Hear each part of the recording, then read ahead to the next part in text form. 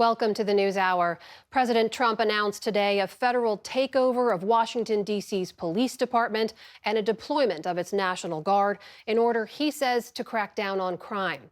The move invokes rare but legal presidential authorities, but local officials say he's wrong to say that crime has spiraled out of control. This is Liberation Day in D.C., and we're going to take our capital back. Today, a renewed promise from the president to tackle what he says is a crime and homelessness problem in the nation's capital. Our capital city has been overtaken by violent gangs and bloodthirsty criminals, roving mobs of wild youth, drugged out maniacs and homeless people. And we're not going to let it happen anymore. Flanked by his cabinet and federal law enforcement, the president declared a public safety emergency, announcing his attorney general will take control of D.C.'s police force. The National Guard will deploy hundreds of troops in the city and threatening the use of active duty troops.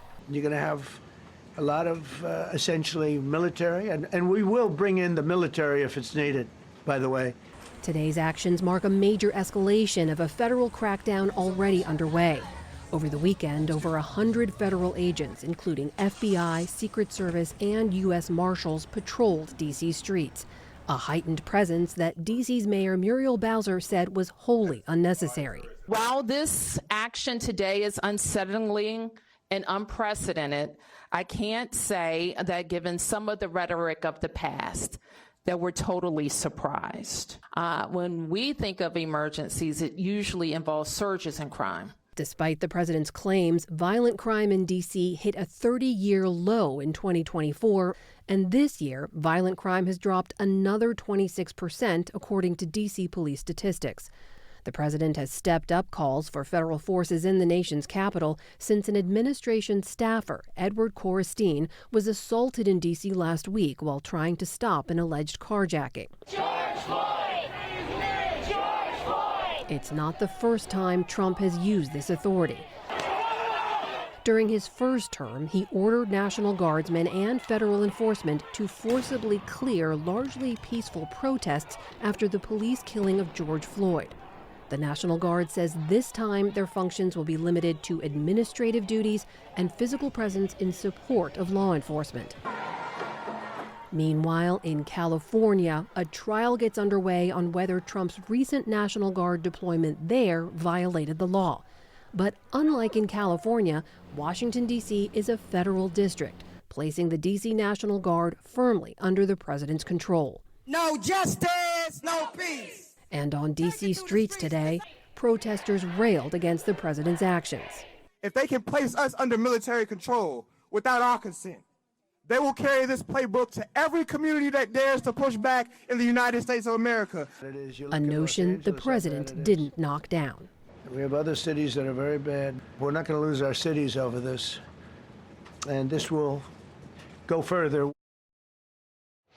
For more on the legality behind this action and what this means for the future of D.C., I'm joined by Steve Vladeck. He's professor of law at the Georgetown University Law Center. Steve, it's good to see you. Thanks for joining us. Thanks for having me, Amna. So when it comes to the president's legal authority, D.C. is different, but let's just make it clear. Are the president's actions today legal, and can he do in other cities what he's doing in D.C.? So the short answer to the first question is technically yes. The more important answer to the second question is almost certainly no.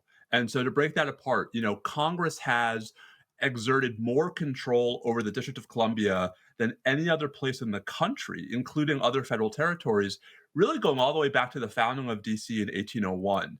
That includes the two powers President Trump invoked today, the power to use the D.C. National Guard without federalizing it, the power to take over, at least for 30 days, some assets within the Metropolitan Police Department.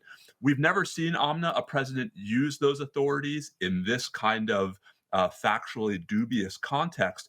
But I think the most important point is these are DC-specific powers that could not be used, for example, for similar moves in New York or Chicago or anywhere else in the country.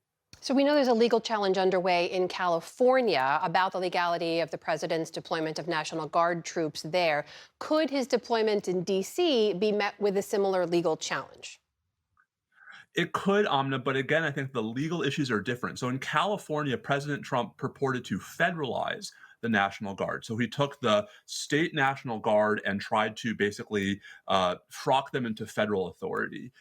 In DC, he doesn't have to do that. The president is actually already the commander in chief of the DC National Guard. It's the only National Guard for which that's true.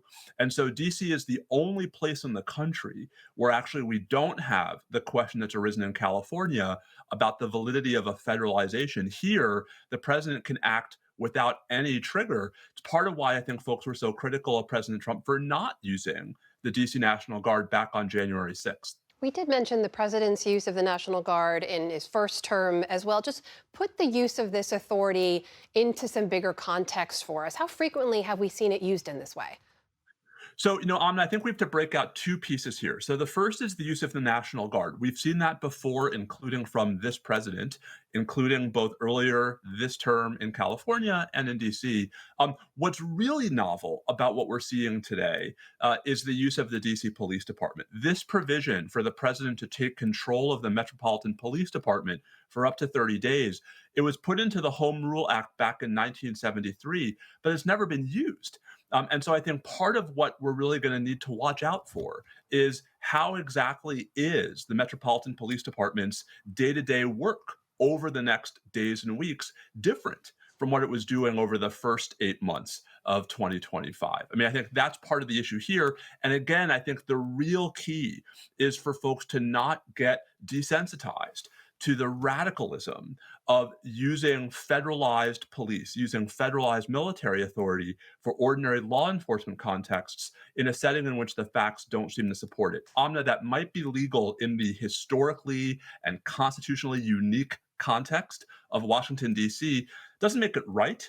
And it would be a very dangerous precedent if we started to see efforts to build on that in other parts of the country. So it's expected to be a 30-day takeover. How do you see this playing out? Could it be extended beyond that?